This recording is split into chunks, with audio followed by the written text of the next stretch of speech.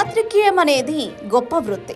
Neutral గా ఉండడం, నిజం వైపు మాత్రమే ఉండడం, అబద్ధాన్ని సహించలేకపోవడం, అన్యాయాన్ని, అక్రమాన్ని, అధర్మాన్ని ఉపేక్షించకపోవడం వంటివి మిగతా ఉద్యోగుల కంటే పాత్రికేయాన్ని భిన్నంగా చూపిస్తుంటాయి. అయితే ప్రస్తుత కాలంలో పాత్రికేయం అనేది భజనగా రూపాంతరం చెందిన నేపథ్యంలో పాత్రికేయానికి విలువంటూ లేకుండా పోతోంది.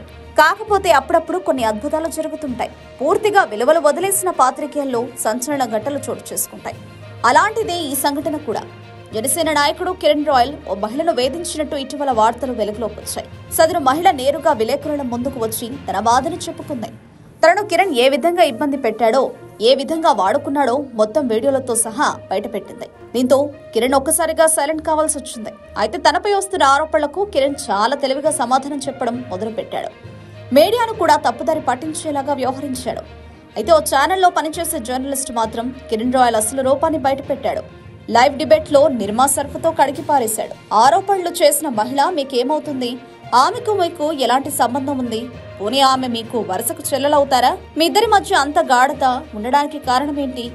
ఇలా ఆ జర్నలిస్ట్ ప్రశ్నల వర్షం కురిపించడంతో కిరణ్ రాయల్ కు ఏం చెప్పాలో తెలియలేదు.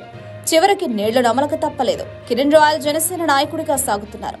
రోజా మంత్రిగా ఉన్నప్పుడు ప్రతిరోజు ఆమెపై కిరణ్ విమర్శలు చేసేవాడు. ఏదో ఒక రూపంలో ఆమెను కించపరిచేందుకు ప్రయత్నించేవాడు. ఒక రకంగా రోజా తన నియోజకవర్గంలో ఓడిపోవడానికి కిరణ్ ప్రధాన కారణమయ్యాడు. తన అనుచరులతో ప్రెస్ క్లబ్ లో విలేకరుల సమావేశం ఏర్పాటు చేయడం, వినూత్నంగా విమర్శలు చేయడం, ఆ తర్వాత దానిని సోషల్ మీడియాలో కిరణ్ రాయల్ పబ్లిసిటీ చేసుకునేవాడు.